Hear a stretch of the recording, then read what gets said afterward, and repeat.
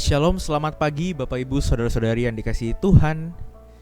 Pada pagi hari ini kita bersyukur karena kita masih diberikan kesempatan untuk mensyukuri berkat Tuhan dalam kehidupan kita.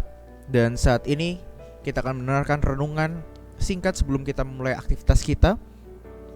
Renungan singkat yang akan saya bawakan pada pagi hari ini berjudul Rahasia Hidup yang Berbuah. Sebelum kita melanjutkannya, mari kita bersatu dalam doa. Bapa di surga, kuasailah hamba-Mu dan juga semua yang mendengarkan akan firman ini. Kiranya boleh diberkati oleh kuasa Roh Kudus-Mu agar kami dapat mengerti dan memahami firman ini, terlebih dapat menjadi kekuatan bagi kehidupan kami. Di dalam nama Yesus kami berdoa, amin. Rahasia hidup yang berbuah. Apa rahasia hidup yang berbuah? Mari kita buka Alkitab kita dalam Yohanes pasal 15 ayatnya yang keempat. Yohanes pasal 15 ayat yang keempat, firman Tuhan berkata, "Tinggallah di dalam aku dan aku di dalam kamu. Sama seperti ranting tidak dapat berbuah dari dirinya sendiri kalau ia tidak tinggal pada pokok anggur. Demikian juga kalau kamu tidak berbuah jikalau kamu tidak tinggal di dalam aku." Ya. Jadi rahasia hidup yang berbuah adalah jika kita tinggal di dalam Kristus atau tinggal di dalam Tuhan. Ya. Mari kita fokus di kata tinggal. Ini menjadi unik Bapak Ibu Saudara-saudari ketika mempelajari kata tinggal dalam terjemahan bahasa Inggrisnya, yaitu abide. Ya, abide.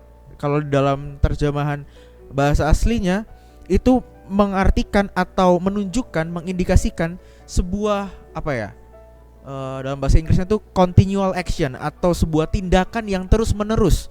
Jadi tidak sementara waktu, tidak hanya menetap begitu saja, tapi sebuah tindakan yang terus menerus, ya. Dan kata tinggal atau kata abide ini punya beberapa definisi, yaitu tunduk, patuh, diam, atau bertahan, ya. Kalau di frasa ini, bertahan di dalam Tuhan, tinggal di dalam Tuhan, berdiam di dalam Tuhan. Dan ini mengartikan kita tidak hanya sekedar datang kepada Yesus, tetapi kita disuruh tinggal di dalam Dia, di dalam Tuhan, yang mengharuskan kita membuat keputusan sadar untuk memilih Dia setiap hari dalam kehidupan kita, ya. Untuk memilih Yesus dalam kehidupan kita setiap hari. Jadi dapat dikatakan tinggal di dalam Kristus berarti lebih dari mengunjungi atau menemui Tuhan sekali seminggu pada hari Sabat, ya. Tetapi setiap hari, di setiap kehidupan kita, kita memilih Yesus, kita datang kepada Yesus, mempunyai sebuah hubungan dengan Kristus, ya. Dan ini berarti kita memilih untuk menyerah setiap hari kepada kehendak Tuhan, untuk hidup di dalam hubungan yang hidup dengan Tuhan, yang mana adalah kasih. Ya. Dan apakah hanya sampai di situ saja? Kalau kita baca di frasa selanjutnya, Kristus tidak hanya mengundang kita untuk tinggal di dalam Dia, tetapi Dia juga berjanji untuk tinggal di dalam kita. Jadi Kristus juga berjanji untuk memiliki hubungan dengan kita jika kita membiarkan Dia untuk tinggal di dalam hidup kita, ya.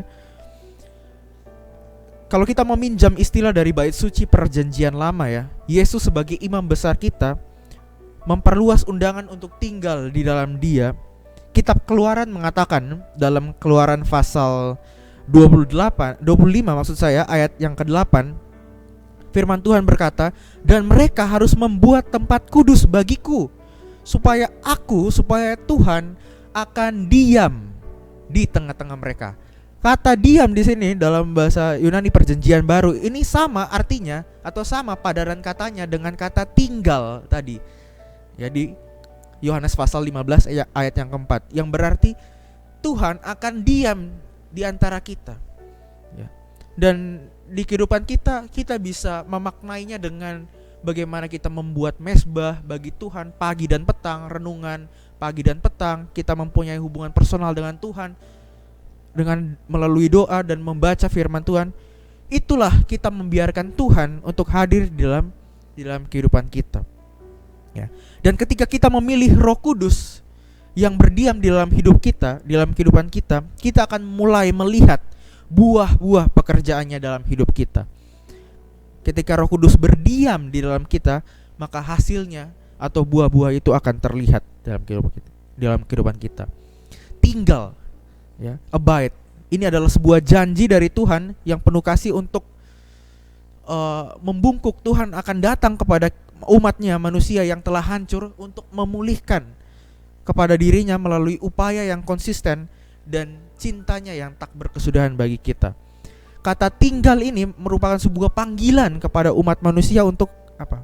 Untuk memilih disalibkan bersama Kristus setiap hari, ya. Kata tinggal artinya juga bertahan, di mana setiap mungkin banyak kesulitan dalam kehidupan kita, mungkin banyak tantangan dalam kehidupan kita, bahkan dalam pelayanan kita, tetapi dengan kita sudah mempelajari kata tinggal di dalam Kristus, kita mempunyai sebuah kekuatan untuk bersabar, untuk tahan di dalam kesulitan-kesulitan itu. Jika kita bersama Yesus, jika kita menyerahkan semuanya dan memilih untuk tinggal di dalam Kristus, bukan hanya untuk sementara, tetapi keadaan atau tindakan yang terus menerus, ya.